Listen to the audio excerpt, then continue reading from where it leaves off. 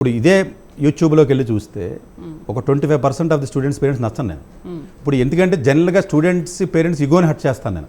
అసలు నా మాట హట్టింగే ఇగోని డైరెక్ట్ కొడుతుంది. అసలు there is no second thought. చేసినప్పుడు ఆబ్వియస్గా 25% ఆఫ్ ది స్టూడెంట్స్ పేరెంట్స్ నచ్చదు. ఇప్పుడు నన్ను ట్రోల్ చేయ అసలు నాలంటూ ట్రోల్ చేస్తున్నారు కదా. నేను ఏమైనా సినిమా హీరోనా లేదా పొలిటీషియన్నా? సార్ షాప్లో కూడా మీ పేరు మీ గురించి మాట్లాడుతున్నా సార్. నేను ఒక షాప్కి వెళ్తే కూడా సతీష్ గారు అని చెప్పేసి అంటే ఎక్స్ట్రీమ్ ఇష్టపడే వాళ్ళు ఉంటారు నాకు, లేదా అసలు నచ్చిన వాళ్ళు ఉంటారు. మధ్యలో కేటగిరీ మీకు ఉండదండి. అసలు జనరల్గా నన్ను ట్రోల్ చేస్తారండి చాలా మంది. ఇదేంటి ఇలా మాట్లాడుతున్నాడు, పొగరగా ఉంటాడు, ఇలా ఉంటాడు, లేదా ఇది ఏమైనా కరెక్టా, లేదా పంపిస్తారు, లేదా ఇదేంటి అపాయింట్మెంట్ తీసుకుంటారు, 10,000 డబ్బులు తీసుకుంటారా, లేదా ఇదేంటి ఇవన్నీ స్టూడియో ఆస్పెక్ట్స్ ప్రైమ్ లైన్కి సంబంధించినవి కాబట్టి ఎప్పుడు బయట చెప్పలేదు. కానీ అవన్నీ మనం తీసుకునేది ఏం కాదు, నాకు పర్సనల్గా వచ్చేది ఏమి ఉండదు. బట్ ఎనీవే అది డిఫరెంట్ ఆస్పెక్ట్స్ కాబట్టి అది పక్కన పెడదాం. బట్ ఓవరాల్గా ఏంటంటే మిస్అండర్స్టాండింగ్. ఇప్పుడు నేను ఇంత డిగ్రీస్ ఉన్నాయి కదా, ఇంత డిగ్రీస్ ఉంటే నాకున్న తెలివికి ఒక కోచింగ్ సెంటర్, ఒక ఇన్స్టిట్యూట్ పెడితే వేల మంది పనికిమాలిన రోడ్డు మీద ఉన్న చెత్త చెదారం వాళ్ళు కూడా 5,000 మంది 10,000 మంది స్టూడెంట్స్ని పోగు చేసుకుని విజయవాడలో లేదా గన్నవరంలో లేకపోతే వైజాగ్లో హైదరాబాద్లో పెట్టిన వాళ్ళు అసలు నాకెంత స్ట్రేచర్ ఉన్నవాడిని ఒక ఇన్స్టిట్యూట్ పెడితే వేల మంది రారా?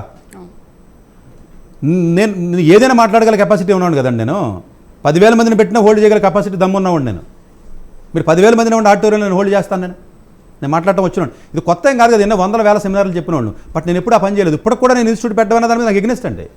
నేను అందరికీ న్యాయం చేయలేను. ఎందుకు ఈ ఎద పాపం పని నాకెందుకు?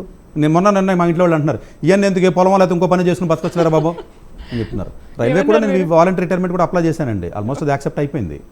సో మేబీ డిఫరెంట్ మైండ్ సెట్తో ఉంటానండి నేను. ఇట్స్ నాట్ దట్ రెగ్యులర్గా అందరిలాగా ఒక ఉద్యోగం చేసుకుని లేకపోతే ఏదో ఒక బిజినెస్ చేసుకుని లేకపోతే ఇలా డబ్బులు పోగు చేసుకుని ఎట్లా చేద్దాం. నా దగ్గర 10 లక్షలు ఉందనుకోండి, వాళ్ళు ఏదో కాలేజ్ చూస్తారు. ప్రపంచంలో ఆల్మోస్ట్ ఒక 100 కాలేజీలు చూసుంటాను నేను. ఇప్పుడు మళ్ళీ ఈ నెలలో కూడా వెళ్తాను నేను.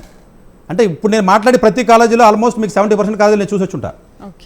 నా డబ్బులన్నీ దానికే అవుతాయి. అది నాకు ఇష్టం అంతే.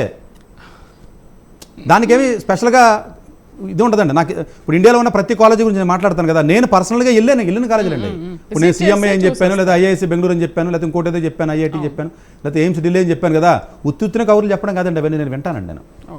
సో అందువల్ల ఏంటంటే జనరల్గా అంటే చాలామందికి నేను నచ్చను, కొంతమందికి నచ్చకపోవచ్చండి. ఇప్పుడు దీన్ని నాకు విరోధులు పెరుగుతున్నారు అసలు.